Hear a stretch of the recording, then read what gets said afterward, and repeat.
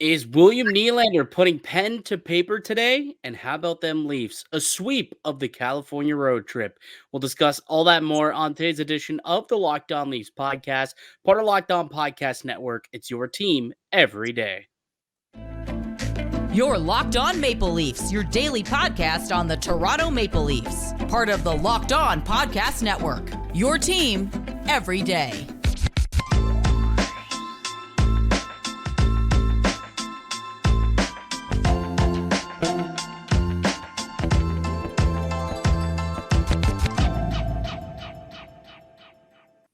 Hello and welcome into Locked On Leafs podcast, a daily Maple Leafs centric podcast hosted by myself, Mike DiStefano, and my co-host Dave Morassutti, who's back from vacation. What's going on, buddy? How you doing? How was your trip? Trip was great.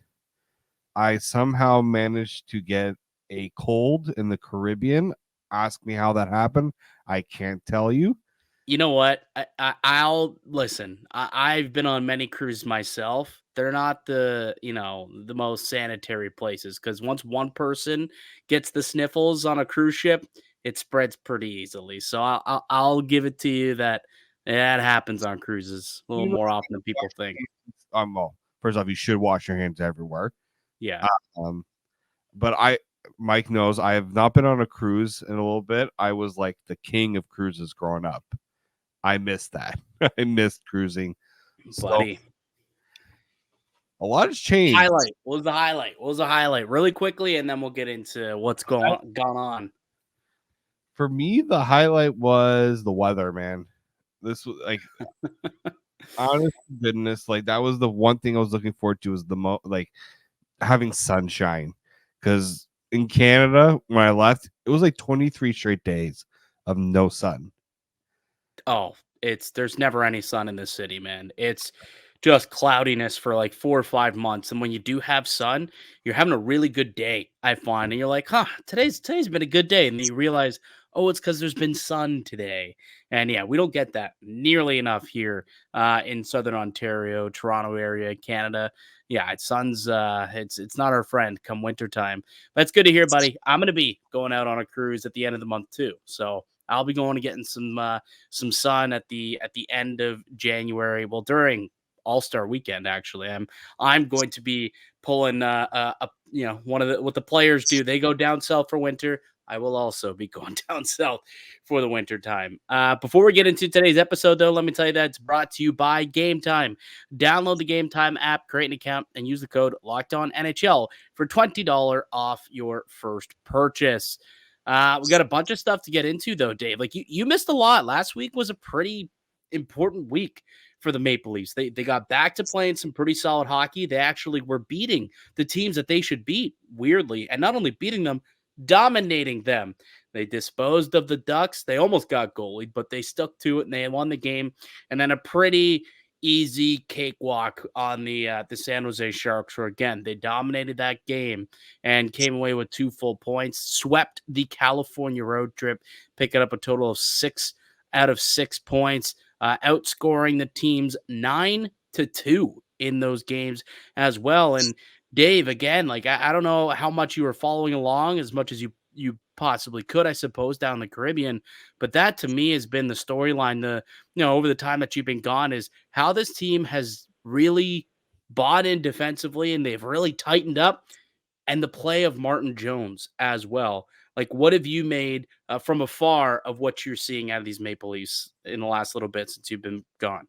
Well, when the news that Elliotte Samson was placed on waivers, right, and it was clearly going to be the Martin Jones show, you're like, okay, can he do this knowing full out he has to be the guy? And like, it was a big week for Martin Jones, 2 former teams.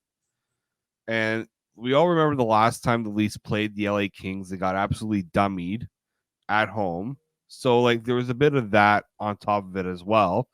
And so I was like, this is an important week to see if Martin Jones can handle what he needs to do. But on top of that, like the Leafs needed to start showing their form defensively, like a better form defensively, because I watched the game against Columbus. I half watched the game against Carolina because I was at Top Golf in Miami. Shout out Top Golf in Miami. That was a lot of fun. It looks like a good spot. I've seen plenty of videos. I saw you also take a nice cut at one point you posted there on IG. Oh yeah, I smashed a few golf balls. Really happy about that. Boy.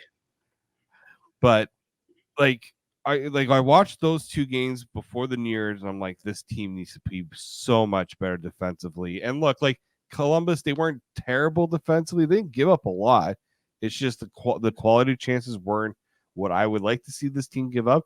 Then you see what they did in the California road trip, especially against the Kings.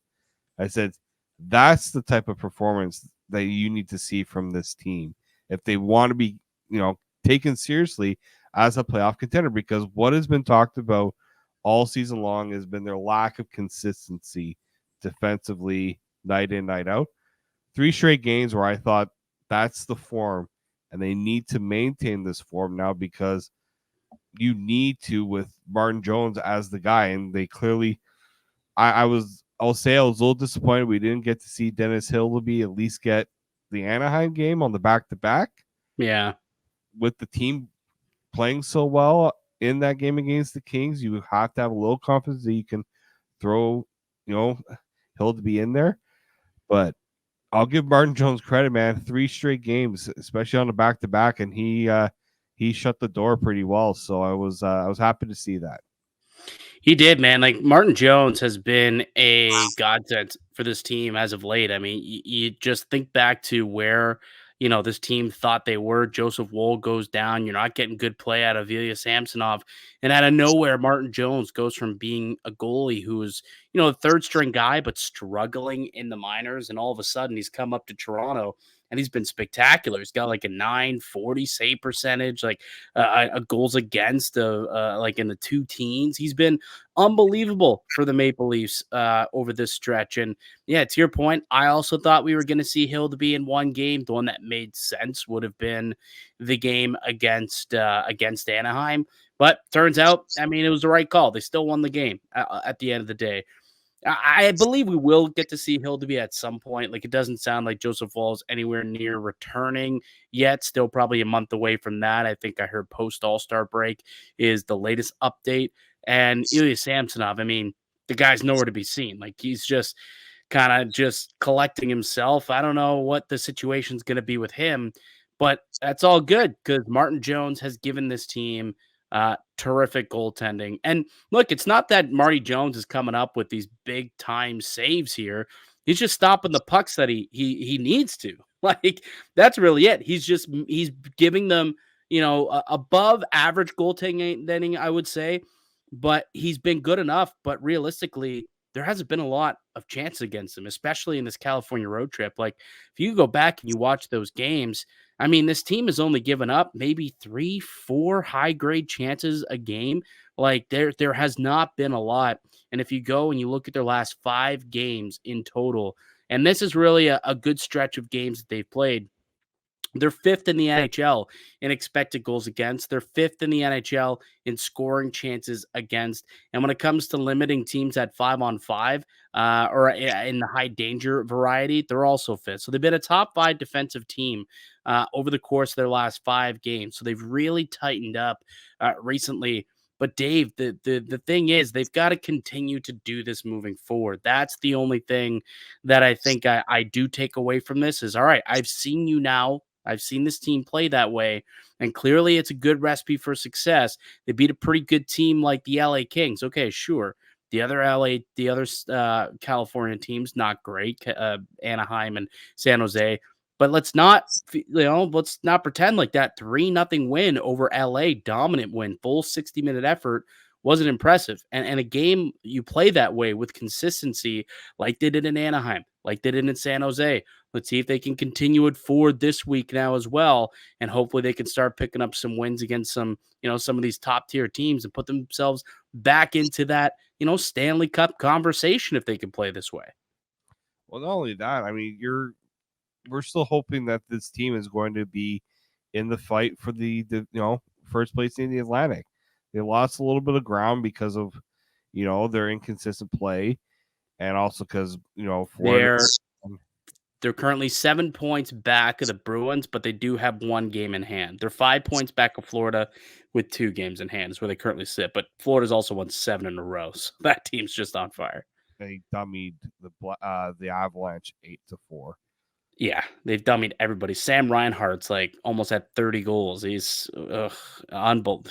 You talk Willie. We're gonna talk about the Willie contract. He's about to get paid.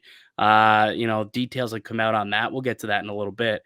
But Sam Reinhart, that guy is going to get paid this offseason as well. But yeah, back to the Leafs.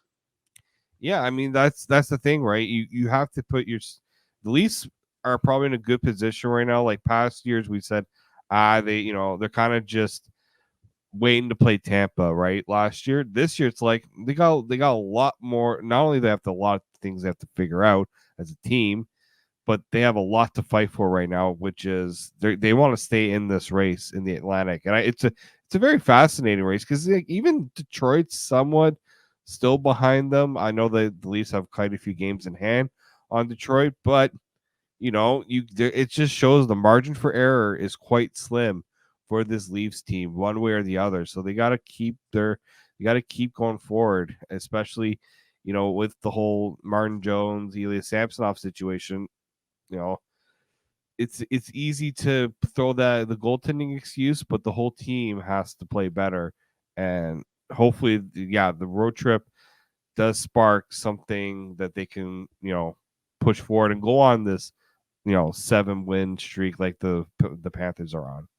Yeah. Coming up next few games, they've got the Sharks. They should be able to handle them with ease again, much like they did the other night. Just, copy paste that same performance. The Islanders should be a pretty good test there, but a good chance they're going back into New York. And then tough test next weekend, though. The Avalanche are going to be in Toronto, and it's night 1 of a back-to-back. Night 2, they've got the Red Wings, which I think that's probably, if I'm circling a date, we talked about maybe getting Dennis Hildeby into a game at some point. I wonder if either tomorrow's game against the Sharks, Tuesday night, potentially maybe that could be a game to get Hildeby in and then allow Martin Jones to get just like a lot of rest from, not playing in a game from Saturday till Thursday, or potentially that second night of a back-to-back, you could wait it out and then give him that game against the Red Wings also might be a day to get Hildeby a game. Yeah, I mean, and I understand you don't want to throw him to the wolves and but at the same time, he's a professional goaltender.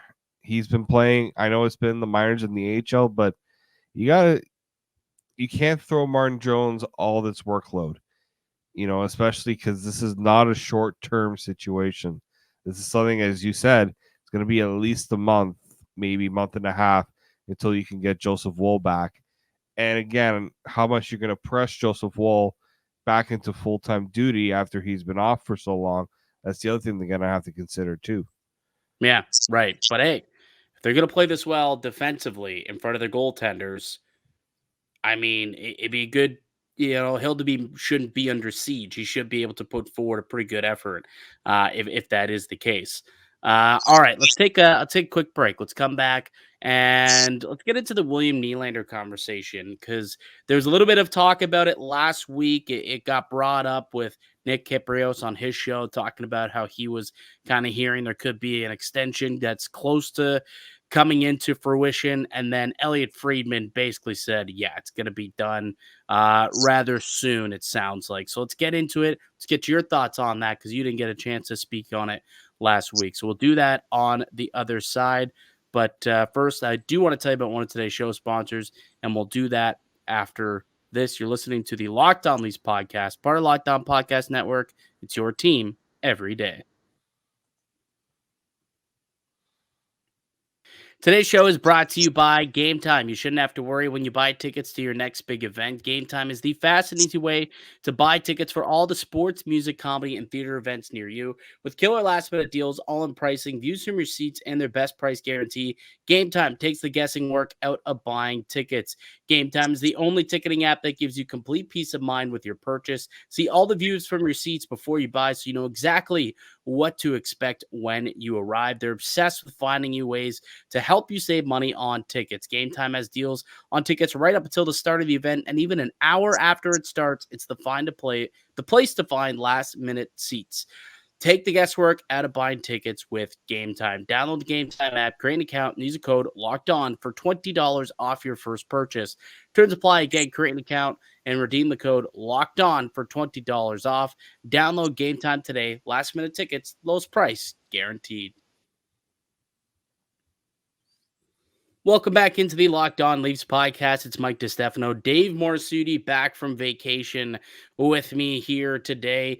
Just a reminder to those who are just stumbling upon this podcast for the first time, or maybe you just kind of come in and out whenever you see the videos, but we do have daily content every Monday through Friday. We're putting out new episodes. You can find the audio forms wherever you get your podcast from, whichever platform you use, and also up on YouTube where we've got new episodes put out Monday through Friday there as well. So if you haven't already, make sure that you subscribe for that daily Leafs content. All right, buddy. This was a conversation that we knew eventually was going to come, right? William Nylander, what that deal would look like. And we've had this conversation many times. It's been a while since we've had this discussion, but obviously during the summer, we talked about it a lot. Thought maybe it's not a great idea for the Leafs to let Nylander walk into the or go into the season without a deal signed. And obviously training camp came and went, and he did not sign a contract extension. And all of a sudden he's going into a platform year, and now we'll see what happens. And it sounds as though the Nylander camp and the Toronto Maple Leafs are close to an extension, like very close. Could be done in the next 24 hours at this point is what it sounds like. And the number that Elliotte Friedman is hearing is 8 years at $11.5 million AAV. I gave my thoughts on it a little bit last week. I'll kind of give thoughts again here now that we have a bit of an updated number in terms of Friedge, but I'll give you the floor to give your initial thoughts on hearing what this reported deal could look like for William Nylander. Yeah, I got that notification at the bar on the cruise ship. Just alcoholic drinks were consumed as soon as I saw that announcement. Almost spit out my drink. Marky, couple shots, please. Yeah. Yep, Bully. You played this negotiation perfectly, because into this in the offseason, there were select few people who said, you know what, Nylander's probably at about the 10.5 range. Like, they're like the big Willie supporters. I was not one of those people. I said maybe in the 9s. That was like okay, to get it done, give Willie 10.5 and let's call her a day. Exactly. Like I almost leaned into that camp. I think I was like maybe 10.25 or something like that. And I was like, let's just get it done. Make it, close to an $85 million contract, and let's call her a day. And well, he decided to play it out, and he might be getting himself a little bit more money than that. Yeah, I the two things that I have a problem with this deal, 11.5. That's a steep price, because that's still more than David Pastrnak, right? Like, I don't like usually making comparables, but it's right there. It was a deal that was signed last year. The guy scored 60 goals, so it's not like, people are saying, well, he's going to put up 100 points. Yes, he is. Pasternak's also put up a lot of points. He's put up more points per game than Nylander throughout his career, and he maxed out at 11.25. Nylander's going to get 11.5. The other one here too is, okay, and then I actually got into a conversation with some buddies on I'm like, you're chatting with me on my vacation? I said, we're going to do this? Fine, we're doing this. The 8 years. Everyone's like, okay, well, now he's signing 8 years, so that means the AAV's got to go up, because you got to get it spread out throughout 8 years. That's a guaranteed 8 years, though. Like, you're going into free agency. Willie's only getting 7 years. He's not going to recoup that 1 year in that 7-year deal. No team's offering him $13 million to recoup what the Leafs can offer him in an 8-year deal. Plus, I would hopefully would say if I'm the Leafs, we'll give you an 8-year deal. Give us a break on the cap hit here, because Yeah. like this is what bothers me is he's topping out. Like this is, I could not see William Nylander getting a bigger deal than this, because teams probably still don't view William Nylander of like the McDavid, Draisaitl, Matthews. Like Nylander's now, he's been phenomenal, and as soon as the talks happen, of course the guy rips off like what 4 goals in a 3-game span. Yeah, he's pretty good. He had 3 points over the weekend He against knows San there's Jose, a lot a of couple talk about goals. him. I'll give him credit. It's not phased him one bit. I will give him that. No, and look, like that is what Nylander is, though. Like Yep. this guy is unflappable, which is a good thing about him. The problem is, I like is there slight concern with you that if you give Nylander this deal, you've taken away the carrot, and then all of a sudden, if his play starts to dip, Yeah. now all of a sudden it's like, uh-oh, we're in trouble. Well, because now you're going to go into next season with Matthews' new deal. Mhm. Are still having 1 year left on his deal. Marner also needing a new deal, and then you're going to have Nylander. You got 4 guys over the $10 million range. And I get it. Like they're good players. The cap is going up, and when the cap goes up, the higher paid players get the money. I Yeah. get that. But at some point, where are you going to find the cap space you're going to need to, I don't know, worry about your blue line that has legitimately no plan really going down the rabbit hole? You're like, I don't know like how these conversations happen with these players. I understand it's not Nylander's job to help the team in that regard, but he should also say, I want to I want to play in Toronto, but the team's also like, we also want to be a contender with you here, right? It's not enough to just have, again, all these forwards taking up all this money. It's unfortunate. Yes, Tavares will eventually not be making $11 million. I do get that. Someone somewhere is going to have to give somewhere. Today's episode is brought to you by FanDuel. The NFL regular season is wrapping up, but there's still time to get in on the action with FanDuel, America's #1 sportsbook.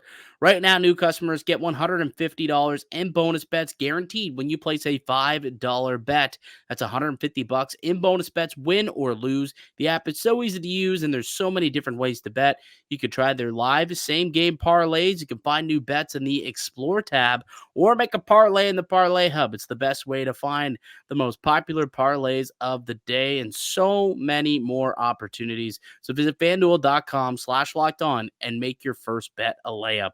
FanDuel, the official sponsor of the Locked On Network. Yeah, that is the troubling thing. Like when ultimately you look at it's like this team hasn't had success. They've gone at this time and time again. They've tried to win with this core. It hasn't happened yet, and they still continue to try and do, find success with this group, with this core 4, 5, I guess if you include Morgan Riley into it. But they've gone to this well where it's like, hey, we don't care if we're top heavy. We've got 4 of the best, 50 players in the world. We're happy with that. And hopefully we can just find these bargains throughout the lineup, guys who could play up, above their weight, above their contract pay, and hopefully we can get some league average goaltending and win that way. And that seems to be what their goal is. But again, it hasn't happened. And every year we sit here and say the same thing. They need better defense. They need to lengthen their lineup. Like they need stronger goaltending. This continually is a talking point every summer after they get eliminated in the first round. They ended up getting one more win last year, and they did get into the second round, but it was still the same conversation. Can we go through this core 4 again, or do they need to finally make a shakeup? Mitch, Kyle Dubas, if you recall, did kind of hint that he would think about doing some sort of shakeup at his end of year presser prior to getting let go by Brendan Shanahan. And, you got to think that if the plan is to keep moving forward with these guys, how much of that is now like Brendan Shanahan? And he's like, no, this is the Shanahan plan. We're taking these players and we're going and we're going to try and win with them. Yeah, it's totally fair to question if it's the right call, giving all this money to all these forwards. Meanwhile, the question marks have always been defensively, for this team. Like there's not enough money to pay solid D men, and that's still the question. Still the conversation that we're having to this day, and they're only making it more difficult by giving Nylander another, almost $5 million nearly of an upgrade here from his 6.9 that he's making right now. So yeah, it's tough, man. It's tough to stomach, but ultimately, they got two options. They either stomach it and they pay him so they can keep Nylander, or it sounds as though he's willing to walk to go and get his bag. But you brought up a really good point. The fact that it's only he can only get a 7-year deal in free agency. In order to get the $90 million that the Maple Leafs would give him if he got 8 times 11.25, you know what his AAV would have to be on a 7-year deal? It's like 13 something. 12.85 million AAV on a 7-year deal to make the 90 million that the Leafs are giving him. So was it necessary to give him 90 million? Was it necessary to give him 11.5 for 8 full years? Maybe not. Maybe 11 would have been nice, but then you get into that conversation, right? And we have this discussion right now with Hyman, where it's like for that extra half of should have just made the deal, should have just gave it to him and brought him back. If you think 11 is good for Nylander and you're going to really dig your heels in over $500,000 AAV, you're going to be kicking yourself in 3 years when he's tearing up the league, just like people are doing right now with Zach Hyman. So for me, if people out there think that this is maybe only $500,000 too much, I think that it's a deal that people should still be kind of happy with overall if they want to go forward with Nylander as like a top scorer for this team in this league. The guy's 5th right now in league scoring. Like that's the thing too. He's having a platform year, right? And he's right in the middle of his prime. It's the perfect season for him to be coming up and hitting free agency for him. And the cap's going up. So many things are happening for this guy to really get that bag. And he sounds like he's going to be getting it in the next 24 hours here. Well, and that's the thing here, right? Is the issues that where do you actually see Nylander's value right now? If you think it's 11, the difference between 11 and 11 and a half, especially with the cap going up, is like that's the thing too. The cap is going up and it's going to continue to go up. So the $500,000 isn't going to be as consequential. Personally, I was like, if you're going to give him an 8-year deal, could you get him under 11 in some? No, I understand. And I agree with you. Like, it would make sense because again, in order for someone to get $90 million elsewhere on a 7-year deal, the team would have to give him 12.85. That's just ludicrous. So for him to take, like, if he's looking to get 11.5 per year, or he's looking to get, somewhere, let's say it's 11.5 on a 7-year deal. Let me see what that equates to. 11.5 times 7. So that's 80.5 million, right? So let's say even you say, okay, well, we'll give you 85 million divided by 8.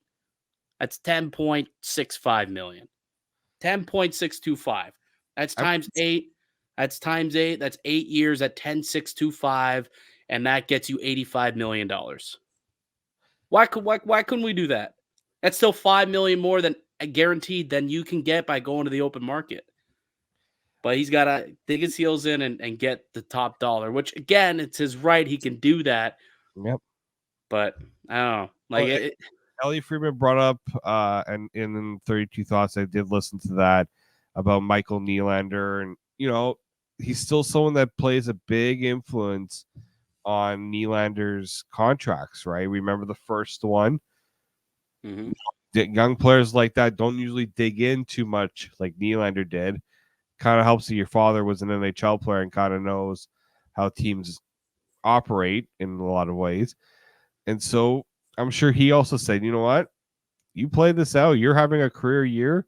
They're realizing if it looks really bad on a new GM to let a guy who's going to put over 100 points to walk in free agency, after, by the way, he allowed another 100-point player to walk in free agency and then having to trade another one because that guy wasn't going to be returning, and had to make a deal that ended up not really working out as well, right? Like they understood the situation. The Leafs, again, allowing this to go this long is what was the issue. This contract should have been done a long time ago. A lot of Well, teams, other than the Pasternak one, a lot of teams that get the other long-term deals done, they're done like well before, like I'm talking July, early August. yeah, and clear that the Leafs weren't going anywhere near this number earlier in the year. Like they just weren't. We were hearing, oh, they'd rather be in the high eights, low nines, which is weird because all of a sudden now you want to go up to 11 and a half. Just what's he 37 games into the season? So through 37 games, you're willing to pay someone like that much more money, an extra like $20 million essentially on a total deal, based on what he's done so far this season. It is a little bit curious.